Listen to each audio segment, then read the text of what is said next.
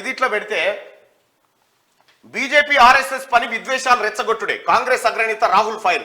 మణిపూర్ కు మోడీ రాకపోవడం సిగ్గుచేటు, ప్రజలు కష్టాల్లో ఉంటే ఆయనకు పట్టదా, ఈ రాష్ట్రం భారత్ లో భాగం కాదని బీజేపీ ఆర్ఎస్ఎస్ భావిస్తున్నాయేమో. బీజేపీ రాజకీయాలకు మణిపూర్ చాలా కోల్పోయింది, శాంతి సామరస్యాలను తిరిగి తీసుకొస్తామని హామీ. మణిపూర్ నుంచి భారత్ జోడో న్యాయ యాత్ర షురు. యాత్రలో పాల్గొన్న సీఎం రేవంత్, సీతక్క, వివేక్, షర్మిల అంటూ ఒక వార్తను చూస్తా ఉన్నాం. ఇక్కడ ఆదివారం మణిపూర్ దౌబల్లో భారత్ జోడో న్యాయయాత్ర ప్రారంభం సందర్భంగా రాహుల్ కు జాతీయ జెండా అందజేస్తున్న ఖర్గే అంటూ ఒక వార్తను చూస్తా ఉన్నాం. పోయినసారేమో కన్యాకుమారి నుంచి ప్రారంభించారు, ఇప్పుడేమో మణిపూర్ నుంచి. అల్లర్లతో సర్వస్వం కోల్పోయిన మణిపూర్ ప్రజలను పరామర్శించేందుకు ఒక్కసారి కూడా ప్రధాని మోడీ రాలేదని అగ్రనేత రాహుల్ గాంధీ మండిపడ్డారు. బీజేపీ రాజకీయాల కారణంగా మణిపూర్ ఎంతో కోల్పోయిందని అన్నారు. ఆ పార్టీవి విద్వేష రాజకీయాలను ఆరోపించారు. మణిపూర్ ప్రజల బాధను తాము అర్థం చేసుకున్నామని, శాంతి సామరస్యాలను తిరిగి నెలకొల్పుతామని భరోసా ఇచ్చారు. ఆదివారం మణిపూర్లోని దౌబల్ నుంచి భారత్ జోడో న్యాయ యాత్రకు రాహుల్ శ్రీకారం చుట్టారు. దౌబల్లోని కోంగ్జోమ్లో నిర్వహించిన బహిరంగ సభలో పార్టీ చీఫ్ మల్లికార్జున ఖర్గేతో కలిసి జాతీయ జెండాను ఊపి తన యాత్రను రాహుల్ ప్రారంభించారు. 67 రోజుల పాటు 6713 కిలోమీటర్లు యాత్ర కొనసాగబోతా ఉంది. 2022 సెప్టెంబర్లో కన్యాకుమారి నుంచి భారత్ జోడో న్యాయ యాత్ర చేపట్టారు. గతేడాది జనవరిలో కాశ్మీర్లో ముగించారు. ఇప్పుడు మణిపూర్ నుంచి ఆయన చేపట్టిన న్యాయ యాత్ర మార్చి 20న ముంబైలో ముగియనుంది. 67 రోజుల్లో 6713 కిలోమీటర్లు రాహుల్ పర్యటించనున్నారు. సుమారు 15 రాష్ట్రాల్లోని 110 జిల్లాల పరిధిలో 100 లోక్సభ నియోజకవర్గాలు, 337 అసెంబ్లీ నియోజకవర్గాలను కవర్ చేయబోతా ఉన్నారు.